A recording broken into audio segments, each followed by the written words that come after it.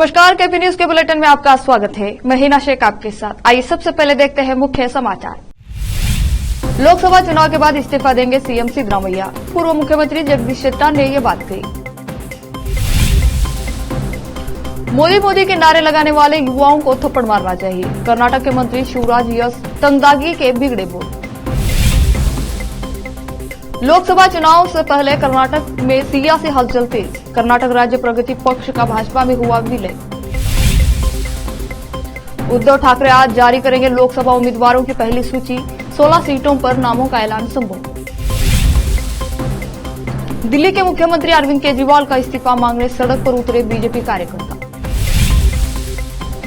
CM Kejriwal ने jail से जारी किया एक और आदेश। बीजेपी ने उठाए सवाल, एलजी और ईडी से की जांच की मांग।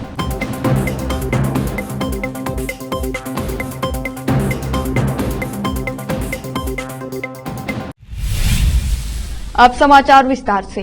बेलगावी लोकसभा क्षेत्र से भाजपा उम्मीदवार पूर्व मुख्यमंत्री जगदीश शेट्टर ने कहा कि लोकसभा चुनाव के बाद मुख्यमंत्री सिद्धरामैया इस्तीफा देंगे। कांग्रेस में गुटबाजी के कारण सरकार गिर जाएगी। हमें ऑपरेशन कमल करने की कोई जरूरत नहीं है। शहर में पत्रकारों से बातचीत करते हुए शेट्टर ने कहा कि गुब्बी विधायक एस.आर. श्रीनिवास ने कहा कि लोकसभा चुनाव में अधिक सीटें नहीं जीत पाने पर सिद्धरामैया को इस्तीफा देना पड़ेगा। उन्होंने यह बयान कांग्रेस में चल रही साजिश और अंदरूनी रणनीति के तहत दिया है।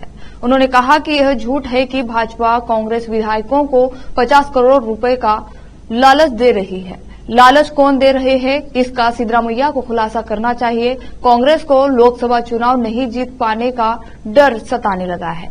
इसके चलते मुख्यमंत्री और उप मुख्यमंत्री सरासर झूठ बोल रहे हैं।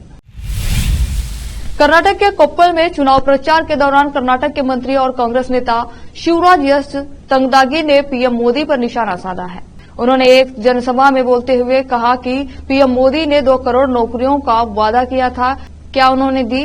उन्हें शर्म आनी चाहिए। उनके जो युवा समर्थक मोदी का नारा लगाते हैं, उन्हें थप्पड़ मारना चाहिए। कोप्पल जिले के करादगी में कांग्रेस कार्यकर्ताओं की एक बैठक को संबोधित कांग्रेस नेता शिवराज यस तंगदागी ने कहा कि पिछले 10 वर्षों से सब कुछ झूठ के आधार पर चलाया गया है, इसलिए उन्हें लगता है कि वे अगले 5 सालों तक मूर्ख बना सकते हैं। पीएम मोदी ने भारत में 100 स्मार्ट शहरों का वादा किया था, वे कहाँ हैं? एक का नाम बताएं। वो स्मार्ट है, अच्छे कपड़े पहनते हैं, वो स्मार्ट भाषण देते हैं, वो अपना पहनावा बदलते रहते हैं। फिर उनका एक स्टंट सामने आता है, वह समुद्र की गहराई में चले जाते हैं और वहां पूजा करते हैं। क्या एक प्रधानमंत्री को इस तरह का काम करना चाहिए?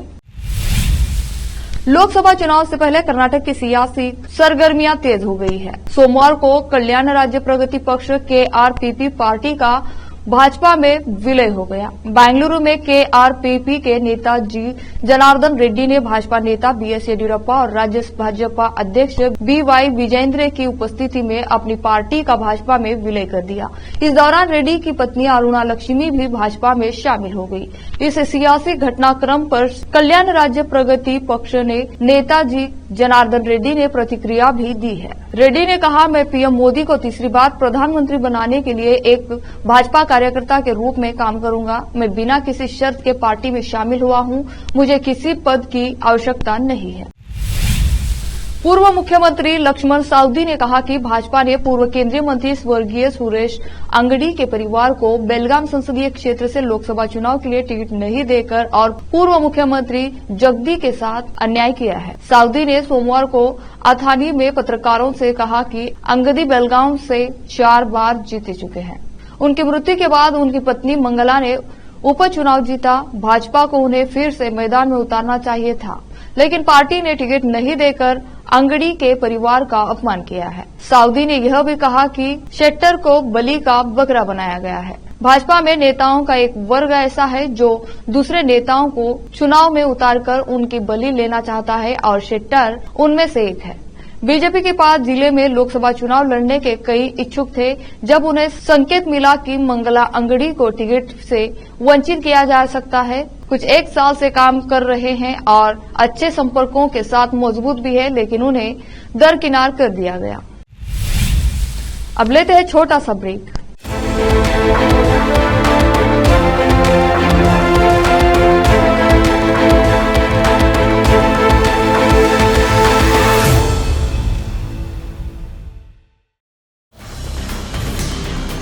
हिंदुस्तान के हर कोने में हम हैं मौजूद।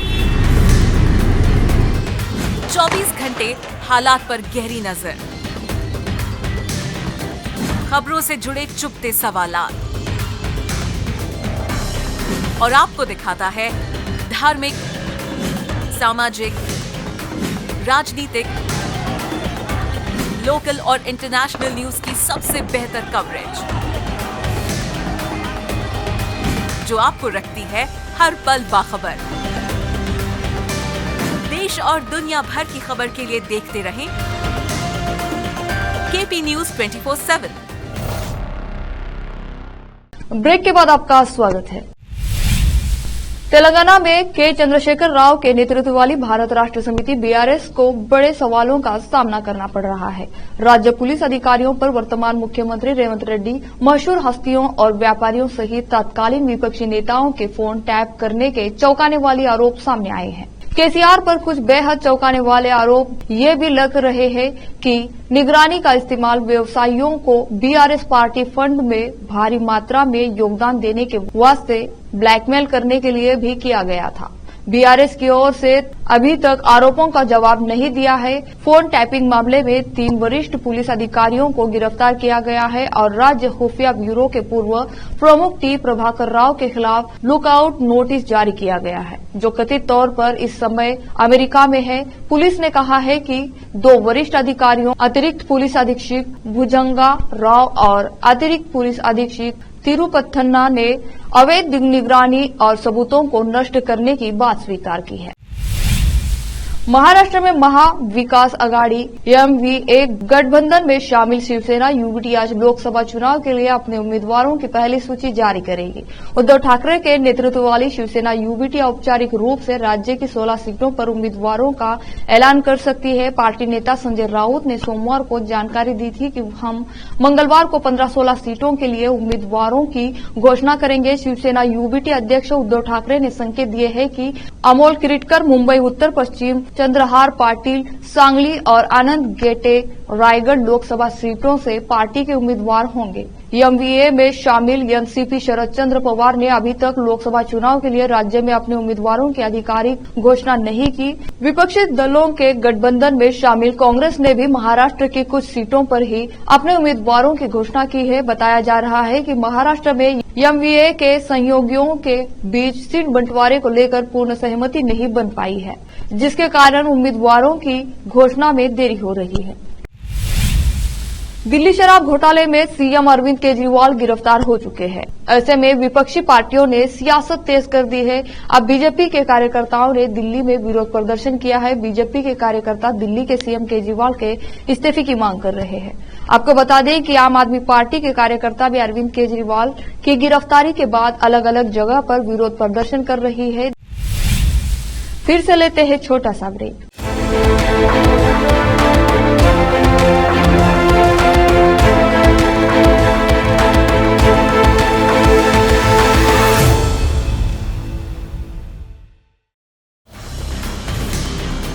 हिंदुस्तान के हर कोने में हम हैं मौजूद। 24 घंटे हालात पर गहरी नजर, खबरों से जुड़े चुपते सवालात, और आपको दिखाता है धार्मिक, सामाजिक, राजनीतिक, लोकल और इंटरनेशनल न्यूज की सबसे बेहतर कवरेज, जो आपको रखती है हर पल बाखबर। देश और दुनिया भर की खबर के लिए देखते रहें केपी न्यूज 24/7। ब्रेक के बाद आपका स्वागत है। ईडी की हिरासत से जारी किए गए पहले आदेश को लेकर चल रहे विवाद के बीच दिल्ली के मुख्यमंत्री अरविंद केजरीवाल ने हिरासत से एक और आदेश जारी किया है। नया आदेश स्वास्थ्य विभाग को जारी किया गया है। आपके सूत्रों ने पुष्टि की कि निर्देश स्वास्थ्य विभाग के संबंधित है और इसे मुख्यमंत्री ने मंत्री सौरभ भारद्वाज को भेजा है। इस नए आदेश के बारे में अभी विस्तृत जानकारी नहीं मिल पाई है। सीएम केजरीवाल को ईडी ने 21 मार्च को गिरफ्तार किया था। कोर्ट ने उन्हें 28 मार्च तक ईडी की हिरासत में भेजा है। उन पर शराब नीति से संबंधित साजिश में सीधे तौर पर शामिल होने का आरोप है। इससे पहले रविवार को सीएम केजरीवाल ने ईडी की हिरासत में पहला आदेश जारी किया था, जिसमें जल मंत्री आतिशी को राष्ट्रीय राजधानी में पानी और सीवेज की समस्याओं को हल करने का निर्देश दिया था। उधर बीजेपी के राष्ट्रीय सचिव मनजिंदर सिंह सिरसा ने ईडी की हिरासत से दिल्ली सीएम केजरीवाल द्वारा जारी किए आदेश को अवैध एवं असंवैधानिक बताते हुए जांच और कार्रवाई की मांग की है।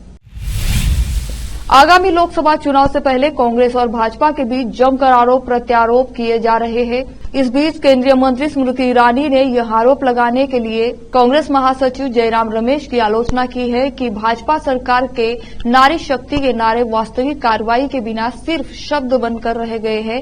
महिलाओं से संबंधित मुद्दों पर केंद्र सरकार की कांग्रेस की आलोचना पर हमला करते हुए केंद्रीय मंत्री स्मृति ईरानी ने सोशल मीडिया प्लेटफॉर्म एक्स पर अपने पोस्ट में जयराम रमेश को गांधी परिवार का दरबारी करार दिया। स्मृति ईरानी ने कहा, बहुत लंबे समय से वंशवादी शासक भारत के असली उत्तराधिकारियों ने इसकी संपत्ति लूट ली है। उनके पतन के बाद भी उनके दरबारियों ने महिलाओं के कल्याण के लिए भाजपा सरकार के प्रयासों को कमजोर करने के लिए तथ्यों को विकृत करना और आंकड़ों में हेरफेर करना जारी रखा है। अभिनेत्री कंगना रनौत के चुनावी पदार्पण पर एक कांग्रेस नेता की अपमानजनक पोस्ट ने एक नया विवाद खड़ा कर दिया है, जिसके बाद राष्ट्रीय महिला आयोग ने कांग्रेसी नेता के खिलाफ कार्रवाई की मांग की। कांग्रेस प्रवक्ता सुप्रिया श्रीनेत ने इंस्टाग्राम हैंडल से रनौत की तस्वीर के साथ उनका पोस्ट राष्ट्रीय चुनाव से कुछ हफ्ते पहले आया है। रनौत हिमाचल प्रदेश के मंडी से भाजपा के टिकट पर चुनाव लड़ने जा रही है। क्वीन अभिनेता ने श्रीनेत की टिप्पणियों का जवाब देने के लिए सोशल मीडिया का सहारा लिया, जिसमें बताया गया कि उन्होंने विभिन्न महिलाओं की भूमिकाएं निभाई हैं। रज्जो में एक वेश्या से लेकर थलाईवी में एक क्रांतिकारी नेता तक उन्होंने कहा, हमें अपनी बेटियों को पूर्वाग्रहों के बंधनों से मुक्त करना चाहिए। हमें उनके शरीर के अंगों के बारे में जिज्ञासा से ऊपर उठना चाहिए और सबसे ऊपर हमें यौन कर्मियों के चुनौतीपूर्ण जीवन या उपस्थितियों को किसी प्रकार के दुर्व्यवहार या अपमान के रूप में उपयोग करने से बचना चाहिए। हर महिला गरिमा की हकदार है। लोकसभा चुनाव के बाद इस्तीफा देंगे सीएम सिद्धरामैया। पूर्व मुख्यमंत्री जगदीश शेट्टर ने ये बात कही। मोदी के नारे लगाने वाले युवाओं को थप्पड़ मारना चाहिए। कर्नाटक के मंत्री शिवराज यस तंगदागी के बिगड़े बोल। लोकसभा चुनाव से पहले कर्नाटक में सियासी हलचल तेज। कर्नाटक राज्य प्रगति पक्ष का भाजपा में हुआ विलय। उद्धव ठाकरे आज जारी करेंगे लोकसभा उम्मीदवारों की पहली सूची। 16 सीटों पर नामों का ऐलान संभव। दिल्ली के मुख्यमंत्री अरविंद केजरीवाल का इस्तीफा मांगने सड़क पर उतरे बीजेपी कार्यकर्ता। सीएम केजरीवाल ने जेल से जारी किया एक और आदेश। बीजेपी ने उठाए सवाल, एलजी और ईडी से की जांच की मांग।